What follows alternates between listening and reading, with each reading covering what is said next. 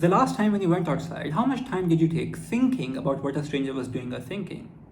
Perhaps the answer is going to be very little, and rightfully so. Why would you spend so much time thinking about what a stranger was doing or thinking?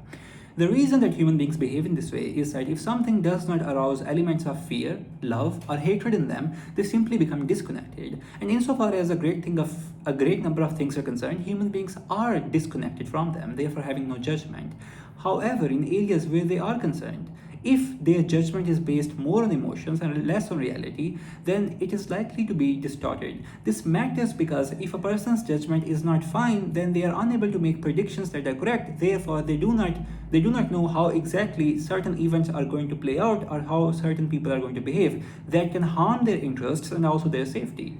Take an example of a colleague. If, let's suppose, someone has a colleague who has psychological tendencies that are unfavorable to that person, in order for that person to shield himself from the psychological tendencies of that colleague, he first has to transcend his emotions, that of hatred or frustration or humiliation. If he is drowned in them, he would never be able to ask critical questions such as, what is the history of this person? Why does he behave in this way? Does he have a specific interest? Are there other people who feel this way as I do about this person? Can I seek help? Can I talk to this person directly?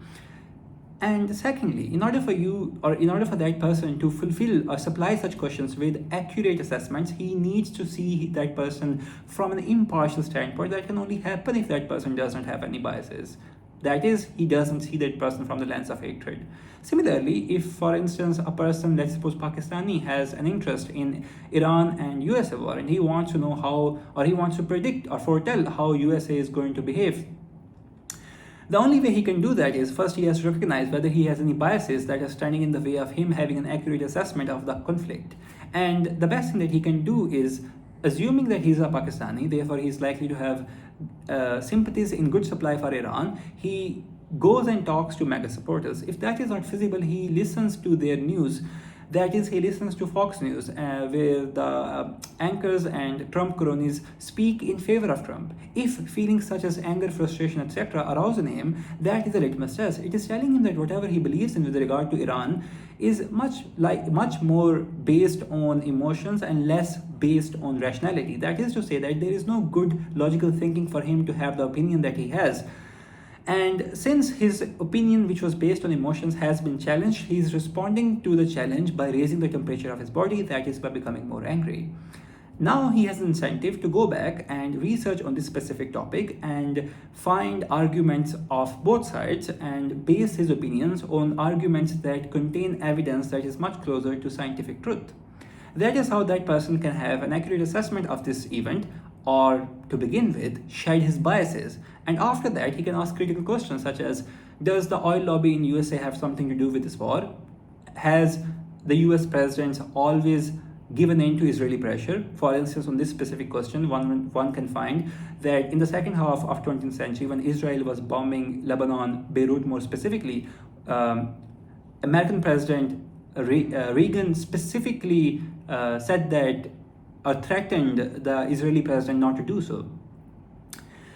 So in order for that person to ask these critical thinking questions, he first has to rise above the emotional viewpoint from which he sees something, and then in order for him to supply those questions with accurate answers that are based on reality, he needs to see the situation from an impartial standpoint. Now, to sum this situation up, I want to give you an example of Europeans. If one surveys the literature of Europeans, it becomes evident that in far too many cases, they deem the Eastern conflicts as follies. They think that people in Eastern conflicts need not to fight with each other, because in most cases they have similar ancestry and neighboring borders, and such fights are profitless. They are able to arrive at this informed viewpoint because they are disconnected and far removed from the East. But in cases where they are embroiled or tied down in war themselves, or their allies are, their ability to exercise their faculties in this impartial, independent way and to arrive at conclusions or beliefs that are much closer to reality fades away and is replaced by hatred for the aggressor and support and protection for their own country, no matter whether their own country might be the aggressor. Something similar can be said about the current situation in Ukraine that is playing out with regard to the support of Europe in favor of Ukraine. Now, I'm not saying that Ukraine is the aggressor. I don't think so. But what I am saying is that Europeans are much more likely to think and support Ukraine not completely on the same logical basis as they see Eastern questions, but on the basis of love of Europe and therefore support of Ukraine. So the next time, now that you know this, you have very strong opinions or biases, you have very strong opinions about someone or something, always try to go and speak or talk to someone who has similar biases in opposition to your point to the same emotional degree. That will give you the ability to test your litmus test, know whether you have some biases, and then be actuated to go do research so that you can check those biases and then engage in critical thinking and have an accurate assessment of whatever is going on so that you can then predict how an event is going to unfold or how a person is going to behave. Thank you.